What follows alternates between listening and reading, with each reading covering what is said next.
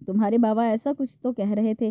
Phone کی بل بجی تو امی اندر بڑھ گئی، جبکہ عائشہ کچن کی طرف چل دی۔ اس کے ہاتھ تیزی سے قورمے کے مسالوں سے نبرد آزما تھے، مگر کان گھر کے بیچ دیوار کے پاڑ لگے ہوئے تھے، جہاں سے کھٹر پٹر کی آواز اس بات کا اعلان کر رہی تھی کہ سامان کو ٹھکانے لگایا جا رہا ہے۔ اور خبیثو، دفعہ دور کرو، اب صفائی ستھرائی کو کچھ کھانے کا انتظام کرو۔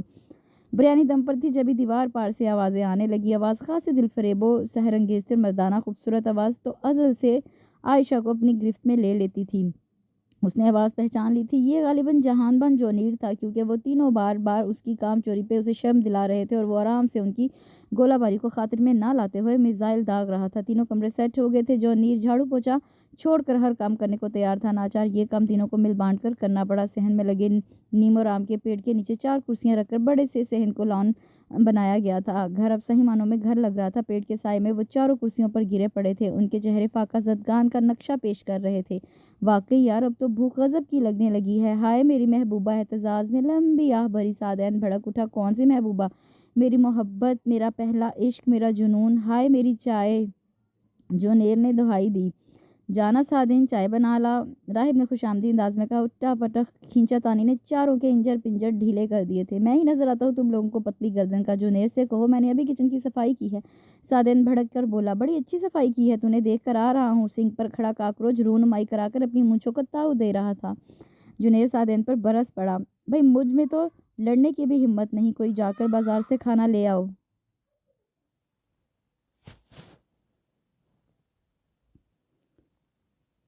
اعتزاز کی فریاد کو کسی نے لائق خاطر نہ جانا۔ کسی کا بھی اٹھنے کا موڈ نہیں تھا۔ اگر مارے بھوکے میرا دم نکل جائے تو میری اماں کو اطلاع دے دینا کہ ہر سنڈے کو بھوکے کو کھانا کھلا دے۔ میں چلا۔ راہب نے گردن لٹکا لی۔ عائشہ کو بے ساختہ ان پر ترس آ گیا۔ لڑکے کہاں عادی ہوتے ہیں ہانڈی روٹی پکانے کے، اوپر سے بھوکے بھی کچے ہوتے ہیں۔ عائشہ، بریانی زیادہ ہو تو پڑوس میں بھی بھجوا دینا، میرا بی پی لو ہو گیا ہے، چکر آ رہے ہیں، ورنہ جا کر میں خود ملاتی۔ میں ذرا لیٹنے جا رہی ہوں۔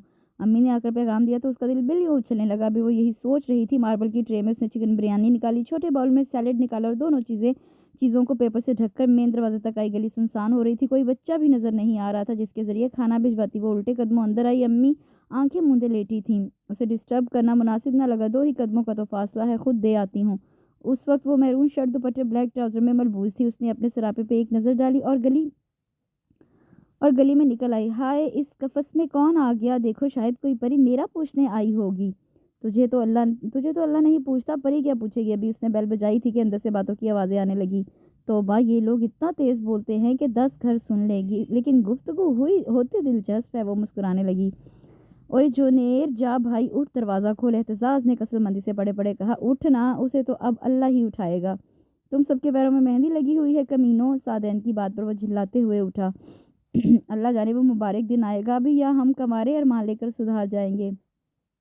جواب ٹھنڈی آہ کے ساتھ راہب نے دیا تھا۔ بھاری قدموں کی ہٹ دروازے کی طرف بڑھنے لگی۔ کھٹ سے دروازہ کھول کر وہ اس کے روبرو تھا۔ گرے جینز بلیک ٹی شرٹ کی قسمت جگا رہا تھا۔ اوف، اس کی آنکھیں ہیں کہ پارا۔ عائشہ ایک پل کو ٹھٹک گئی، خود جونیر بھی حیران رہ گیا۔ بے ساختہ 2 قدم پیچھے ہٹا۔ اس کے وہم و گمان میں بھی نہ تھا کہ دروازہ کھولنے پر کسی لڑکی کی صورت نظر آئے گی۔ جی فرمائیے۔ لہجہ خاصا روکھا پھیکا تھا۔ عائشہ کو احساس ہوا کہ اس کی آواز کی طرح اس کی پرسنالٹی بھی بندے کو ہپنوٹائز کرنے کی صلاحیت رکھتی ہے۔ سعدین نے بھی میرون لہراتا آنچل دیکھ لیا تھا اور لڑکی کا نعرہ لگایا تو وہ دونوں بھی سیدھے ہو کر دروازے کی طرف دوڑے۔ اندر آئیے۔ اس سے پہلے کہ عائشہ کچھ کہتی، راہب نے جونیر کی شانے سے اچک کر کہا۔ باقی دونوں بھی دائیں بائیں آ کھڑے ہوئے۔ وہ گرچہ بہت بولڈ تھی، مگر 4 جوان لڑکوں کو بیک وقت اپنی طرف متوجہ پا کر نروس ہونے لگی۔ السلام علیکم، میں یہاں پڑوس میں رہتی ہوں، یہ آپ لوگوں کے لیے لائی تھی۔ اس نے ٹرے ان کی طرف بڑھایا جسے سعدین نے فوراً پکڑ لیا۔ اندر آئیے، دھوپ بہت تیز ہے، کچھ ٹھنڈا ہے۔ اعتزاز نے آداب میزبانی دکھانے چاہے تو راہب نے اسے زبردست چٹکی لی۔ کمینے، گھر میں کوئی ٹھنڈا ونڈا نہیں ہے، بظاہر سرگوشی میں بولا تھا، مگر اس نے سن لیا۔ اس کی لبوں پر بے ساختہ مسکراہٹ پھیل گئی۔ نہیں شکریہ، ویسے اگر آپ لوگوں کو کسی چیز کی ضرورت ہو تو بلا جھجک ہمارے دروازے پر دستک دے سکتے ہیں۔ چلتی ہوں۔ وہ اپنا اعتماد بحال کر چکی تھی۔ اندر آتی کیسے؟ وہ چاروں تو دروازے پر کھڑے تھے اور اس کا ایک پیر اندر اور دوسرا باہر۔ تینوں ہی کی نظریں پرشوق تھیں، مگر وہ سپاٹ نظروں سے اسے دیکھ رہا تھا۔ اس کا ارادہ اسے باہر ہی سے ٹرکانے کا تھا۔ وہ پلٹ گئی تو جونیر نے دھڑ سے دروازہ بند کر دیا۔ کتنے غیر مہذب ہو، مروتاً بھی تم نے اسے اندر آنے کو نہیں کہا۔ سعدین اسے گھرک رہا تھا۔ میں ایسے فضول کام نہیں کرتا۔ اس کا لہجہ اکھڑا تھا۔ راہب نے سعدین کو تنبیہی نظروں سے کچھ سمجھایا تو وہ چپ رہ گیا۔ گھر آ کر اس نے کان اسی طرف لگا دیے۔ کتنے اچھے پڑوسی ہیں ہمارے، اللہ ایسے پڑوسی ہر بھوکے لڑکے کو دے۔ یہ احتجاج کی دعا تھی۔ ٹرے ادھر لاؤ، دیکھو پکا کیا ہے۔ راہب نے جھپٹ کر نیوز پیپر اٹھا لیا اور وہ اکٹھے چیخنے لگے۔ بریانی کھانے کے ساتھ ساتھ وہ لوگ مسلسل مہربان پڑوسی کی بات کر رہے تھے۔ ان کی گفتگو چوری نہیں تھی، احترام و عزت ان کے لہجے سے عیاں تھا کہ ان کی پرورش یقیناً کسی اچھی آغوش کی مرہون منت تھی۔ وہ تینوں بول رہے تھے جبکہ جہان بان جونیر خاموش تھا۔ عائشہ کے والد سعید احمد بینکر تھے۔ وہ اپنے ماں باپ کی اکلوتی اولاد تھی۔ گھر میں محبت، پیار، سکون نے اس کی شخصیت میں اعتماد کا رنگ گہرا کر دیا تھا۔ بابا اور امی کی محبت کی پھوار میں وہ پروان چڑھی تھی۔ دادا دادی کئی سال پہلے وفات پا چکے تھے۔ وہ بی فارمیسی کی اسٹوڈنٹ تھی چونکہ اکلوتی تھی، سو کبھی کبھی اپنے اکیلے پن سے اکتا جاتی تھی۔ بابا صبح کے گئے شام کو لوٹتے تھے اور وہ بھی یونیورسٹی سے آ کر امی کی ہیلپ کرنے کی کوشش کرتی تھی۔ ایسے میں پڑوس کا گھر آباد ہوا تو اس کی تنہائی کسی حد تک خوشگوار گزرنے لگی۔ اگلے روز عائشہ یونیورسٹی سے روبا کے ساتھ بس اسٹاپ کی طرف جا رہی تھی۔ روبا اس کے کالج اور اب یونیورسٹی فیلو تھی، اس کی واحد دوست۔ صبح تو بابا اسے ڈراپ کر جاتے تھے مگر واپسی اس کی روبا کے ساتھ ہی ہوتی تھی۔ وہ اسی کے ایریا میں دوسرے بلاک پہ رہتی تھی۔ وہ مسلسل روبا سے نئے پڑوسی کی باتیں کر رہی تھی۔ تبھی این ای ڈی یونیورسٹی کے سامنے سے گزرتے ہوئے اسے وہ چاروں نظر آ گئے جو ایک ہی بائک پر سوار ہونے کی کوشش کر رہے تھے۔ روبا، یہ وہی لڑکے ہیں؟ اس نے ذرا پرے ہو کر سرگوشی کی۔ یعنی کہ تمہارے نئے پڑوسی؟ روبا کا لہجہ حیران کن تھا، لیکن یہ یہاں کیا کر رہے ہیں؟ ذکر تو کر رہے تھے کل اپنی لڑائی میں کہ این ای ڈی کے اسٹوڈنٹس ہیں۔ دلچسپ۔ روبا کو بھی ان میں دلچسپی محسوس ہوئی جو بیچ سڑک کو فراموش کر کے گفت و شنید کر رہے تھے۔ راہب کمینے، تجھے بائک کو آج ہی ہاسپٹل بھیجنا تھا۔ سعدین بھنایا ہوا تھا۔ یہاں آتے ہوئے دادا جی نے صرف 2 بائک لے جانے کی پرمیشن دی تھی۔ کل راہب ایریا کا سروے کرنے نکلا تو اس نے بائک ٹھوک دی۔ یقیناً کسی لڑکی کو دیکھ رہا ہوگا، احتجاج نے کہا، اور بائک بیمار ہو کر ہاسپٹل کو سدھار چکی تھی۔ نتیجتاً وہ تینوں جونیر کی بائک پر سوار ہونے کی صحیح کر رہے تھے۔ آگے ماما پکڑ لے گا، ڈبل سواری منع ہے، یونیورسٹی سے نکلتے کسی لڑکے نے کہا۔ جبھی تو ہم 4 پل سواری کر رہے ہیں۔ راہب کے جواب پہ چاروں نے کہکہا لگایا تھا۔ دفعتاً جونیر کی لب بھینچ گئی۔ اس کی نظر ذرا پرے عائشہ اور روبا پر پڑ گئی۔ اس نے یقیناً اسے پہچان لیا تھا۔ اس نے آنکھوں پر سن گلاسز چڑھا لیا۔ جونیر، سٹارٹ تو کر۔ اوکے، رک جاؤ، میں پہلے بیٹھ تو جاؤں، آگے تو کھسکو۔ سعدین نے راہب کی پشت پہ ڈھول جماتے ہوئے بیٹھ کر اس کی شانے تھام لیے۔ جونیر نے بائک کو کک لگائی اور یہ جا وہ جا۔ بیچارہ سعدین ہکا بھکا رہ گیا۔ وہ جو خود کو بیٹھا ہوا تصور کر رہا تھا، بائک اس کے آگے سے گزر گئی اور وہ دونوں پیر سڑک پر جمائے، دونوں ہاتھ وا کیے جو اس نے راہب کے شانے پہ رکھے تھے، حیران پریشان کھڑا رہ گیا۔ اور جب صورتحال کا اندازہ ہوا تو اس نے پوزیشن بدل کر بائک کے پیچھے دوڑ لگا دی۔ اوئے خبیثو، رکو، مجھے تو لیتے جاؤ، میں چھوٹ گیا ہوں۔ عائشہ اور روبا کا ہنستے ہنستے برا حال تھا۔ مائی گاڈ، یہ تو فل آف انجوائمنٹ، ہاتھ لگ گئی تیرے۔ روبا نے ہنسی قابو کرتے ہوئے کہا۔ بیچ سڑک پر وہ پاگلوں کی طرح ہنس رہی تھی۔ ہینڈسم تو بلا شبہ چاروں ہیں مگر سامنے والا ذرا زیادہ خوبصورت ہے، روبا کہہ رہی تھی، اور عائشہ کی نظروں میں وہ پارا صفت آنکھوں والا گھوم گیا۔ گھر آئی تو دیوار پار کھٹر پٹر نے احساس دلایا کہ وہ لوگ بھی آ چکے۔ امی کو سام کر کے وہ اوپر چھت پر بنے کمرے کی طرف بڑھ گئی جو اس کے تصرف میں تھا۔ اللہ جانے بیچارہ سعدین کیسے آیا۔ اس کے لبوں پر بے ساختہ مسکراہٹ پھیل گئی۔ اسے شدید بھوک لگی تھی۔ کپڑے چینج کر کے نیچے جانے کی بجائے اس کے دل میں خیال آیا کہ ذرا جھانک کر تو دیکھے وہ لوگ کیا کر رہے ہیں۔ اگرچہ یہ غیر اخلاقی حرکت تھی مگر عائشہ کی نیت بری نہیں تھی۔ ذرا آگے جا کر وہ کھڑی ہوگی۔ ہلکی ہلکی گرد کی بچھی چادر میں صحن اس کے سامنے تھا۔ آم کے پیڑ کے نیچے 4 کرسیاں اور چھوٹی سی گول میز پڑی تھی جس پہ جیلی، بریڈ اور چائے کے گندے برتن پڑے تھے۔ تینوں کمروں میں موجود تھے۔ اس نے ذرا سا رخ پھیر کر دیکھا۔ کچن کے اندر راہب فریج سے پانی کی بوتل نکال رہا تھا جبکہ کچن سے ذرا پرے نیم کا پیڑ تھا۔ اس کی نظریں بے ساختہ ٹھٹک گئیں۔ بلیک جینز، بلیک بنیان اور بلیک ٹاول گلے میں ڈالے، پیڑ کی ڈال پہ شیشہ ٹکائے جونیر چہرے پہ شیونگ کریم لگا رہا تھا۔ وہ کچھ اس سٹائل سے کھڑا تھا کہ عائشہ کو اس کا سائیڈ پوز دکھ رہا تھا جبکہ شیشہ اس سٹائل میں رکھا ہوا تھا کہ شیشے سے وہ اسے بآسانی دیکھ سکتی تھی۔ راہب، کم سے کم یہ صبح کے برتن تو اٹھا لو، یہاں سے حد ہو گئی، جن برتنوں کو مکھی چونٹی چکھ رہی ہو اب ہم ان میں کھائیں گے۔ احتجاج کو صدمہ ہوا۔ فی الحال تو لنچ کا بتاؤ کیا انتظام ہے؟ جونیر نے شیونگ کٹ سے شیونگ برش نکال کر پانی میں ڈبویا اور پھر چہرے پہ پھیرنے لگا۔ یار ایسا کب تک چلے گا؟ ہمیں کوکنگ کے بارے میں سیریس ہونا چاہیے۔ ہاں مجھے پتا ہے تیرے پاس خواتین کا دسترخوان ہے۔ کمرے سے نکلتے سعدین نے ٹکڑا لگایا تو احتجاج اسے گھورنے لگا۔ بات تو واقعی صحیح ہے، یہ روز روز کے مرغن کھانے کھا کر ہم بیمار ہو جائیں گے۔ جس طرح سارے کام بٹ گئے ہیں اسی طرح پکانے کی بھی بات طے کر لیتے ہیں۔ آج ڈنر سعدین بنائے گا، صبح بریک فاسٹ لنچ میں اور ڈنر جونیر بنا لے گا۔ اسی طرح روز چلے گا۔ راہب نے کہا تو سب خاموشی رہے کہ باہر کے کھانے کھا کر وہ بھی اکتا گئے تھے۔ فی الحال ابھی کے لیے بتاؤ کیا لاؤں؟ سعدین گویا ہوا۔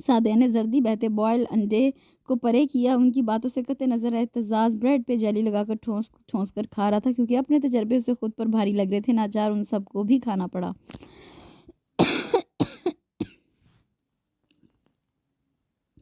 عائشہ نے آج یونیورسٹی سے چھٹی کی تھی. اس کا ارادہ چائے کے ساتھ ریفریشمنٹ میں ساری چیزیں خود بنانے کا تھا. تبھی صبح صبح اٹھ کے بریک فاسٹ بنا کر بابا امی کو دیا اور بابا بینک سدھارے تو اس نے صفائی ستھرائی کی مہم شروع کی. امی نے ہیلپ کرنا چاہی تو انہیں اوپر والے کمرے میں آرام کا مشورہ دے کر بھیج دیا. ریڈیو آن تھا. وہ صوفوں کی ڈسٹنگ کر رہی تھی. تبھی اس سانگ نے ایک پل کو اس کے جیسے چلتے ہاتھ ساکت کر دیے تھے. لفظوں کی کھٹی میٹھی آنچ نے اس کے دل کو چھوا تھا. اس گھڑی عائشہ جیسے خود پر منکشف ہو رہی تھی. آگہی و شعور نے اس کے ذہن پہ ہولے ہولے دستک دینا شروع کر دیا. فہم و ادراک کے خوشنما پردوں سے جھانک کر چپکے چپکے مسکرا رہے تھے. دیوانے دل پہ ایک شبیہ نقش ہو گئی تھی. ذہن کے دریچوں سے بار بار ایک عکس جھلک رہا تھا. وہ اپنی جگہ منجمد ہو گئی. تو کیا میں اس سے آگے وہ خود جھچک گئی. اسے خبر تھی کہ اس کی آواز سن کر بے خود ہو جاتی ہے. جب کبھی اس کی آواز ذہن میں گونجتی تو وہ اپنے کمرے کی کھڑکی کے گلاسز سے نیچے جھانک کر اسے دیر تک دیکھتی تھی اور اسے احساس بھی نہیں ہوتا تھا کہ کالے شیشوں کے پار سے کوئی اس کی ایک ایک ادا کو جذب کر رہا ہے. اور اس گھڑی ان لفظوں نے جیسے اسے خود پر عیاں کر دیا تھا. کیا ایسی ہوتی ہے محبت؟ اس کی نظریں بار بار گھڑی کی طرف اٹھ رہی تھی. دیوار پار کی خاموشی سے بیکل کر رہی تھی. کب آئے گا وہ؟ کب وہ اس کی آواز سے سماعت کو بھگو پائے گی؟ روز وہ خود جب گھر آتی تو اسے لگتا تھا وقت تیزی سے گزر گیا. اور آج جب وہ انتظار کے قلب سے گزر رہی تھی تو اسے لگ رہا تھا سوئیاں اپنی جگہ ساکت ہیں. مگر ایسا کچھ نہیں تھا. یہ اس کے دل کی بے چینی تھی جو ایک ایک پل اسے صدیوں جیسا لگ رہا تھا. سوئیاں اپنی رفتار سے گردش کر رہی تھی. گردش میں تو اس کے جذبات تھے. ان جذبات میں مچلتی خواہش تھی جس نے اسے بے قرار کر رکھا تھا. اور وہ خود سے استفسار کر رہی تھی. عائشہ کو یقین تھا کہ دنیا میں کوئی ایسا شخص نہیں جو اس کے دل کے دروازے کو عبور کر سکے. مگر جہان بان جونیر نے اس کی سوچ کی دھجیاں بکھیر دی تھی. اس کے وجود نے اسے بتا دیا تھا کہ کسی خاص بندے کا احساس بہت طاقتور ہوتا ہے. دیوار کے اس پار شور و غل کا بازار گرم ہوا تو اسے یہ شور آج کچھ زیادہ ہی اچھا لگ رہا تھا کیونکہ اس کے اندر بھی ایک شور محبت نے برپا کر رکھا تھا. اس نے ساری چیزیں تیار کر لی تھی. بس فرائی کرنے والی چیزیں فرائی کرنے کو پڑی تھی. بابا آ گئے تو اس نے وہ کام بھی کر ڈالا. جونیر تم بیٹھے ہو اب تک؟ اٹھ جاؤ. راہب کی آواز آئی تو اس کا دل سماعت بن کر دھڑک اٹھا. وہ یقیناً ان کے ہاں آنے کی بات کر رہے تھے. میرا کوئی موڈ نہیں ہے جانے کا. تم تینوں چلے جاؤ. لاپرواہ جواب تھا. عائشہ کباب کے لیے پیاز کاٹ رہی تھی. پیاز اس کے ہاتھ سے پھسل کر دور جا گری اور تیز چھری ہتھیلی کو جا لگی. سی کے ساتھ اس نے چھری نیچے رکھ کر ہتھیلی کو دبایا. انہوں نے ہم چاروں کو بلایا ہے. برا لگے گا. سعید انکل کو کتنے پیار سے انوائٹ کیا ہے انہوں نے. اصولاً تو ہمیں خود ان کی طرف جانا چاہیے تھا. بڑے ہیں وہ ہمارے. پرسوں تائی امی نے فون کیا تو اصرار کیا تھا کہ ہم ان کی فیملی سے مل جل کر رہیں. سعدین نے زہرا کا نام لیا. جونیر دنیا میں ہر رنگ و نسل کے لوگ ہیں. سب کی دو آنکھیں ایک ناک اور منہ ہے مگر فطرتاً سب ایک دوسرے سے الگ ہوتے ہیں. کسی کی پرچھائی ہر چہرے پہ تلاش کرنا کوئی اچھی بات نہیں. یہ احتجاج کی آواز سے انداز ناصحانہ تھا. عائشہ کو حیرانی ہونے لگی کہ یہ کس کوڈ ورڈز میں بات کر رہے تھے وہ لوگ. اتنی سنجیدہ گفتگو تو اس نے ان کی کبھی نہیں سنی تھی. کیا سمجھانا چاہ رہے ہیں سب جونیر کو؟ مگر جاننے کے باوجود بھی اسے ان کی گفتگو سمجھ میں نہیں آ رہی تھی. سب کافی دیر تک اس کی خوشامد کرتے رہے تھے. وہ کیوں نہیں آنا چاہتا ہمارے ہاں؟ عائشہ کو یہ سوال بےکل کر رہا تھا. میں انکار نہیں سنوں گا جونیر. سعدین تم اس کا سوٹ بھی پریس کر دو. راہب نے خاصی سنجیدگی سے کہا. تم زبردستی کرو گے میرے ساتھ؟ اسے غصہ آ گیا. ہاں کروں گا. اس لیے نہیں کہ میں تم سے 1 سال بڑا ہوں بلکہ اس لیے کہ تم مجھے عزیز ہو. اس سے پہلے کہ تمہارے اندر موجود زہر تمہاری رگوں کو نیلا کر دے نارمل انسان کی طرح جینا سیکھو. راہب ہنوز سنجیدہ لب و لہجے میں گفتگو کر رہا تھا. اس کے لب بھینچ گئے. مان جاؤ یار. سعدین نے اس کا شانہ ہلکے سے پریس کیا تو لمبی سانس بھر کے وہ ٹھیک ہے کہتا اٹھ کھڑا ہوا. 1 گھنٹے بعد ان کے دروازے پہ ڈور بیل بجی تھی. عائشہ کچن میں رہی. بابا نے آگے بڑھ کر دروازہ کھول دیا. السلام علیکم انکل. کورس میں سلام کیا گیا تھا. وعلیکم السلام. آؤ آؤ. چاروں ہی لائن سے اندر داخل ہوئے. سب سے آخر میں جونیر تھا جو مارے بھاندے آیا تھا اور جیسے موقع ملتے ہی بھاگ جانے کا ارادہ رکھتا ہو. چاروں نے بابا سے مصافحہ کیا. امی نے مسکرا کر گمجوشی سے انہیں خوش آمدید کہا.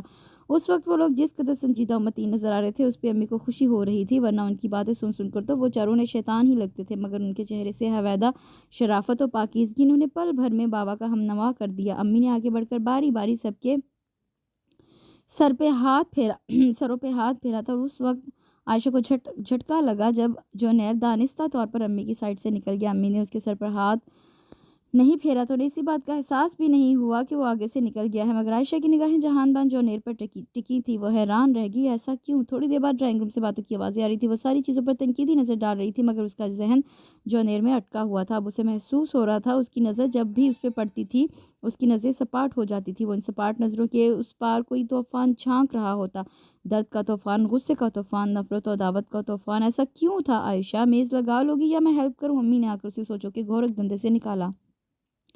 نہیں میں کر لوں گی، امی مطمئن چلی گئی تھی، وہ چیزیں میز پر لگانے لگی کہ ایک تو فریج سے لے آؤ جو تم نے صبح ہی سے بنا کے رکھا ہوا ہے، امی نے میز کا تنقیدی نظروں سے جائزہ لیتے ہوئے کہا تو وہ فریج کی طرف بڑھ گئی، فروٹ کیک لے کر واپس آئی تو وہ سب میز کے گرد تھے، 8 چیئرز کی ڈائننگ میز انواع اقسام کی چیزوں سے بھری پڑی تھی۔ السلام علیکم، اس نے ہولے سے اسلام کیا۔ وعلیکم السلام، جیتی رہیے، سعدین نے بڑی متانت سے کہا، اس کے لب بے ساختہ مسکرا دیے۔ تم بھی بیٹھ جاؤ بیٹا، بابا کے کہنے پر وہ بھی ایک چیئر پر بیٹھ گئی۔ بھئی یہ میری اکلوتی بیٹی ہے عائشہ، اور عائشہ یہ راہب ہے، یہ اعتزاز، یہ سعدین اور یہ جہان بان جونیر ہے۔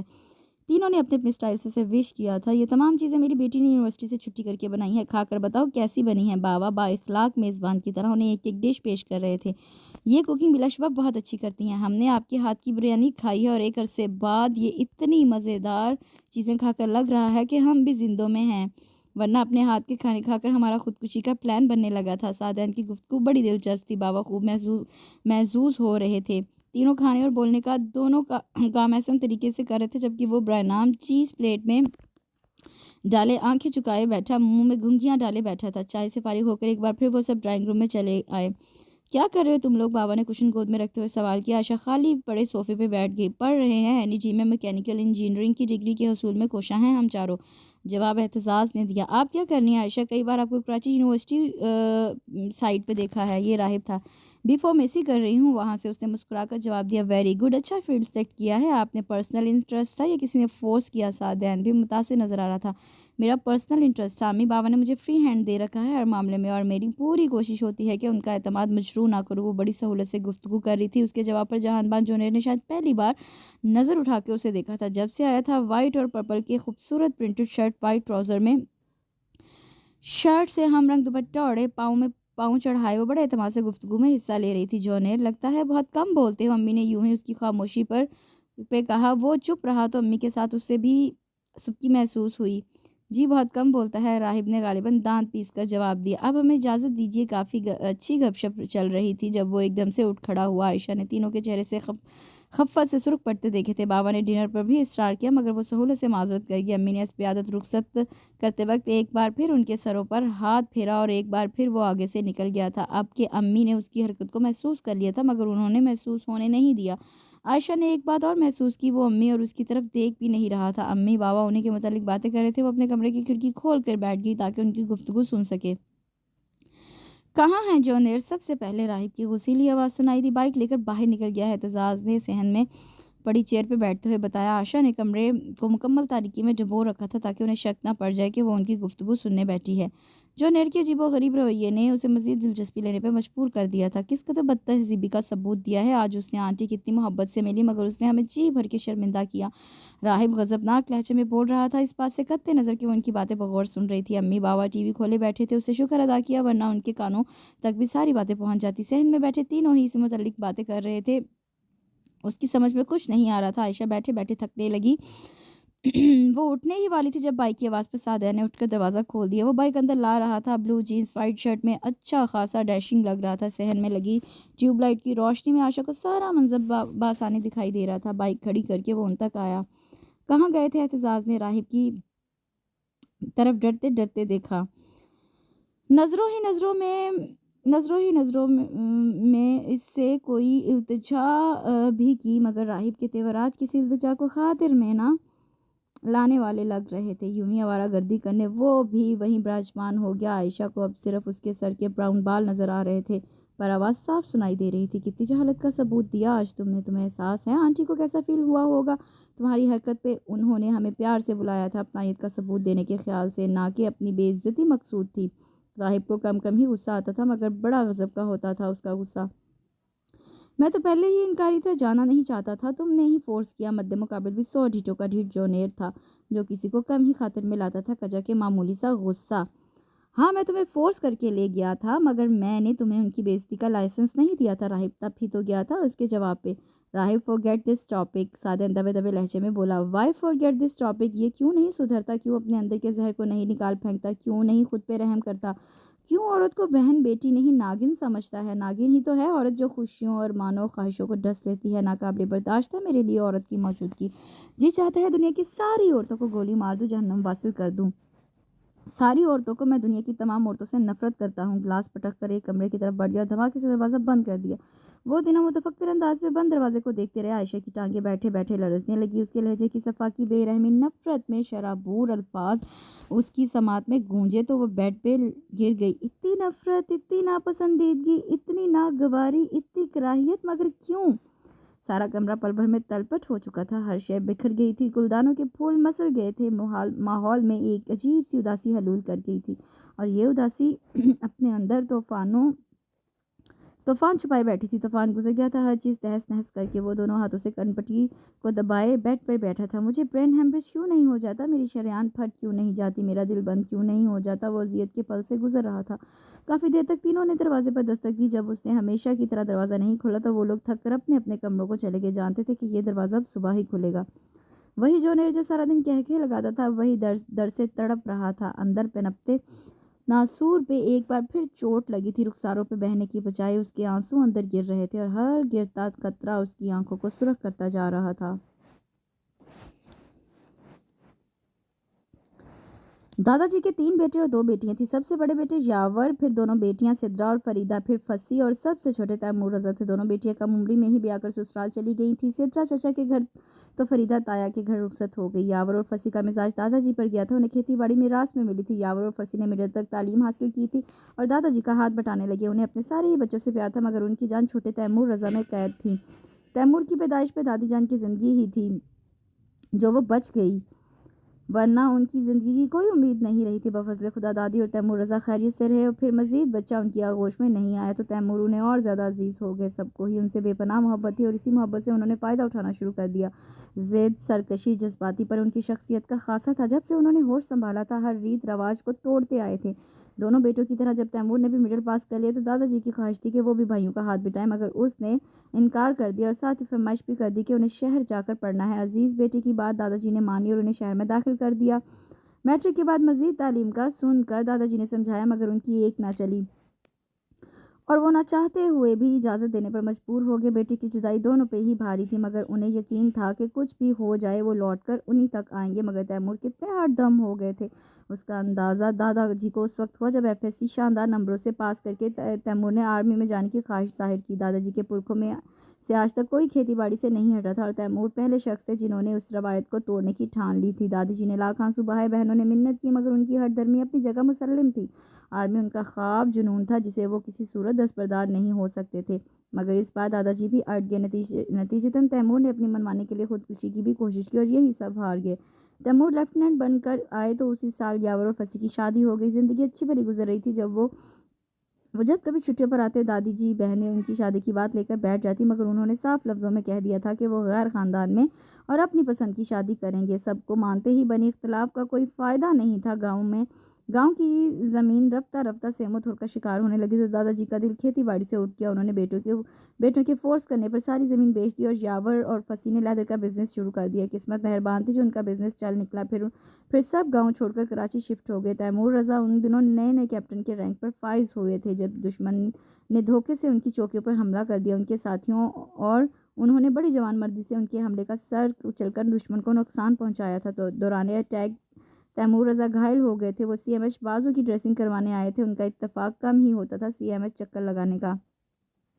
رات کے پچھلے پہر جب سحر انگڑائی لے رہی تھی، اس وقت ڈاکٹر زبور ہی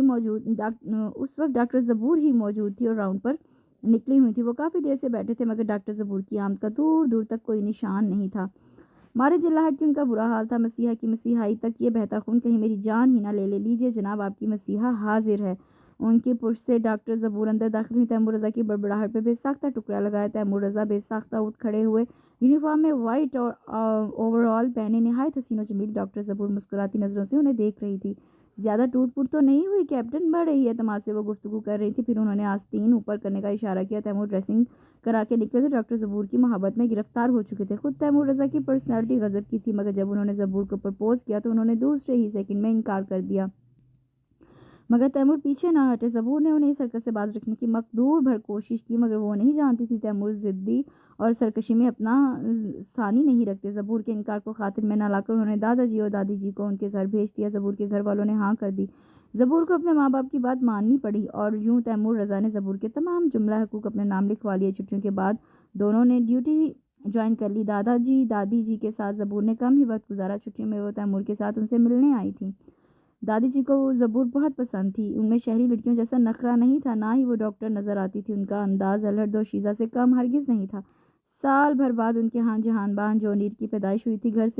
گھر میں دیے جلائے گئے۔ دادی جی نے غریبوں کو کھانا کپڑا تقسیم کیا۔ فضا رنگوں سے نہا گئی تھی۔ تیمور کی طرح جہان بان جونیر بھی سب کی آنکھ کا تارا تھا۔ جب جونیر 2 سال کا ہوا تو تیمور نے زبور کو طلاق دے دی۔ جس نے بھی سنا ہکا بکا رہ گیا۔ سب کے استفسار پر تیمور نے بتایا تھا زبور کا چال چلن ٹھیک نہیں تھا۔ ان کا کزن سرور آرمی میں لیفٹیننٹ ہے، جس سے زبور کی شادی سے پہلے تعلقات تھے، مگر وہ شادی بنا رہتے رہے کہ زبور ان کی پسند تھی۔ لیکن جب انہوں نے زبور کو سرور کے ساتھ اپنے ہی گھر میں قابل اعتراض حلیے میں دیکھا تو اسی وقت طلاق دے دی۔ دادی جی کو چپ لگ گئی تھی۔ انہوں نے زبور کے خلاف ایک لفظ نہیں کہا۔ ان کا دل کسی صورت گوارا نہیں کر رہا تھا کہ وہ زبور کو ایسے آئینے میں دیکھے جس کی تصویر کشی تیمور کر رہے تھے۔ پھر انہوں نے بیٹے کو دیکھا، اس بیٹے کو جسے سب سے زیادہ جانتی تھی۔ بھلے وہ ان سے دور رہتے تھے، مگر ان کی رگ رگ سے واقف تھی۔ بات وہ نہیں تھی جو تیمور نے بتائی، بلکہ شاید کچھ اور تھی۔ لیکن کیا؟ دادی جی نے نظریں پھیر لی۔ پھر سب نے بہت سمجھایا، مگر تیمور کو شادی پر راضی نہ کر سکے۔ جہان بان جونیر دادی جی تائی چچی کے زیر سایہ پر مار چڑھا تھا۔ گھر میں سب ٹھیک تھے، مگر دونوں پھپھو اسے ایسی نظروں سے دیکھتی تھی جیسے وہ غلاظت کا ڈھیر ہو۔ ہوش سنبھالنے پر پھپھیوں نے باشگاف الفاظ میں اس کی ماں کے کرتوت اس کے گوش گزار کر دیا۔ ہر دم اس کی ماں کی کردار کشی کرتی تھی۔ جب وہ ذرا بڑا ہوا تو تیمور کے آگے تن کر پوچھنے لگا، ڈیڈ، کیا میری پیدائش پر بھی میری ماں نے اپنی حرکتوں سے توبہ نہیں کی؟ اس نے بیوی نہ سہی ماں بن کر بھی وفا کی کوشش نہیں کی؟ اس کا لہجہ ظاہر کر رہا تھا کہ وہ ضبط و غصے کی آخری حد تک پہنچ چکا ہے، اور تیمور کے الفاظ سے وہ ماں کو بلندی یا پستی پر لا کھڑا کرے گا۔ نہیں بیٹا، میں نے اپنی سی پوری کوشش کی تھی کہ وہ تمہاری خاطر سدھر جائے، مگر وہ نہ مانی۔ میں نے تمہارا واسطہ دیا، مگر تم اس کے لیے کوئی اہمیت ہی نہیں رکھتے تھے، کیونکہ تم میری خواہش پہ اس دنیا میں آئے ہو۔ میں نے پھر بھی نبھانے کی کوشش کی تھی تاکہ تم پر ماں کی دوری کا اثر نہ پڑے۔ طلاق اس کی آرزو بن گئی تھی، سو میں نے دے دی۔ میں نے اسے آفر بھی کیا تھا کہ وہ تمہیں اپنے ساتھ لے جائے، کیونکہ تم بہت چھوٹے تھے۔ وہ ماں ہے، مگر وہ تمہیں میری گود میں پھینک کر یہ کہتی ہوئی چلی گئی کہ میرا تم سے اور تمہارے بچے سے کوئی تعلق نہیں۔ میں عمر بھر تم دونوں کی صورت نہیں دیکھنا چاہتی، تیمور کہہ رہے تھے، اور جہان بان جونیر کی کنپٹیوں میں غم و غصہ ٹھوکریں مار رہا تھا۔ جسم میں خون کی بجائے زہر دوڑنے لگا تھا۔ ماں جو بڑا اعلیٰ عرفہ رشتہ ہے، وہ اس کے لیے گالی بن گیا تھا۔ ایک پاکیزہ رشتہ اس کے دل کا گھاؤ بن گیا تھا، جو ہر پل رستا رہتا تھا۔ اس گھاؤ کی تکلیف، اسے اٹھتی ٹیسیں، اسے خون کے آنسو رلاتی تھی۔ پھپھیوں کے سلوک نے اسے ان سے بھی برگشتہ کر دیا۔ وہ جب بچوں کو اپنی ماؤں سے لپٹتے دیکھتا تو اس کا دل اس خیال سے ڈوب مرنے کو چاہتا کہ اس کی ماں کسی اور کی تنہائی دور کر رہی ہوگی۔ ماں کا رشتہ اس کے لیے ناسور بن گیا تھا۔ اسے بے انتہا نفرت تھی اپنی ماں سے، جس نے وفا و محبت کی دھجیاں بکھیر دیں، جس نے غیر شخص کے لیے شوہر اور بچے کو چھوڑ دیا تھا۔ نئی نسل جوان ہوئی تو بہت سے نئے اصول بنے، جن میں لڑکوں اور لڑکیوں کے لیے تعلیم کو تیمور رضا نے ضروری بنا دیا۔ گاؤں میں دادی جی کے میکے کی شادی تھی، سب ہی انوائٹ تھے۔ جہاں بان جونیر، اعتزاز، راہب اور سعدین ان دنوں نئے کالج میں داخل ہوئے تھے اور سب کے ساتھ شادی میں شریک ہو گئے۔ کلثوم دادی کی دور کی نواسی لگتی تھی۔ اس نے جب جہان بان جونیر کو دیکھا تو دل ہار بیٹھی تھی، اور وہ ان پڑھ اور گوار لیکن بلا کی بے باک مہندی کے دن اس نے جونیر کے سامنے جا کر فراٹے سے اظہار محبت کر دیا۔ وہ تو ایک پل کے لیے چپ کا چپ رہ گیا، پھر اسے غضب کا غصہ آیا۔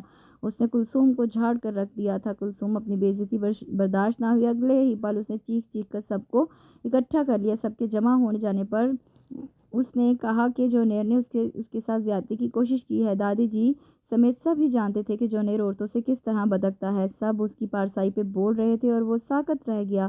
اس کی نظر میں عورت کے لیے اچھے خیال کی رمق بھی رہ گئی تھی تو وہ کلثوم نے نکال دی تھی۔ وہ صنف نازک سے ایسے بدکتا تھا جیسے جانور پتھر سے۔ دن بدن وہ مزید برگشتہ ہوئے جا رہا تھا۔ اسے ہر عورت زبور اور کلثوم لگتی۔ دادی جی نے اس کی برین واشنگ کی مقدور بھر کوشش بھی کی تھی، مگر ماں کی بے وفائی نے کوئی گنجائش نہ چھوڑی تھی۔ اس کے معصوم دل و دماغ سے جو بات چپک گئی تھی، اس نے نفرت کا آتشدان بھڑکا ڈالا تھا، اور اب جب گھر میں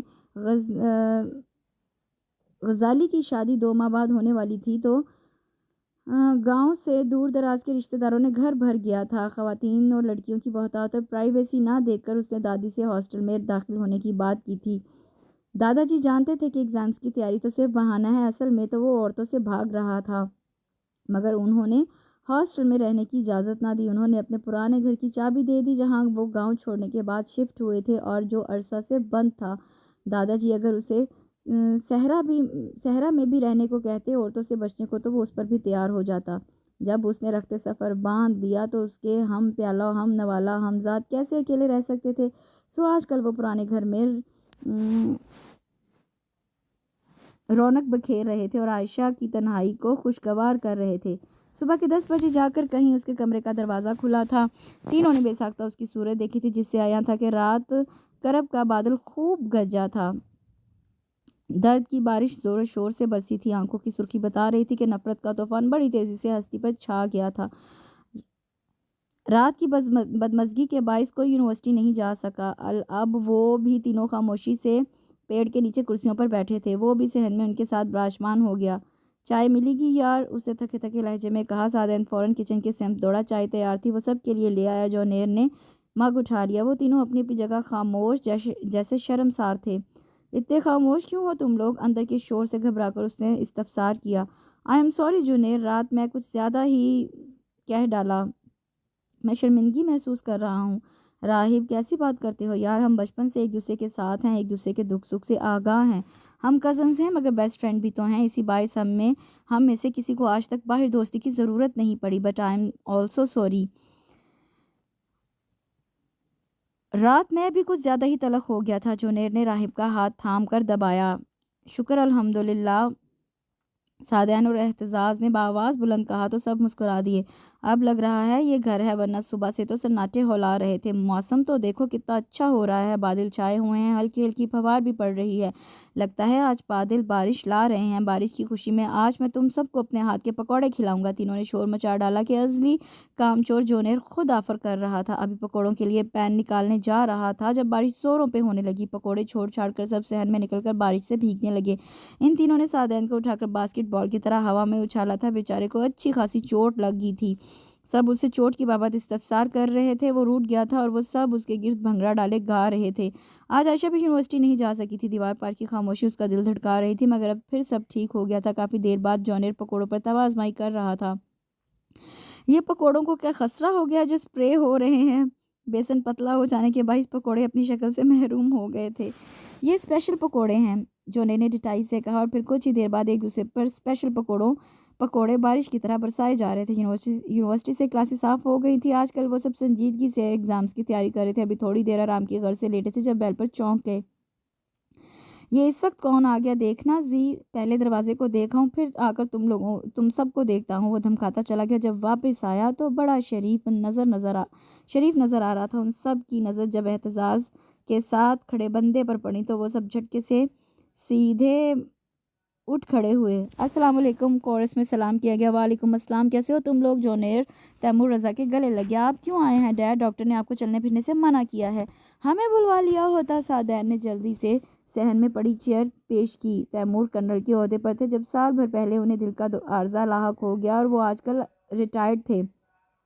تم تو آ کر بھول ہی گئے بیمار ڈیڈ کو۔ کل کئی بار تمہارے موبائل پہ ٹرائی بھی کیا مگر موبائل آف تھا، اس لیے خود چلا آیا۔ تیمور نے جانسار نظروں سے بیٹے کو دیکھا جو ان کے گھٹنے تھامے قدموں تلے بیٹھا تھا۔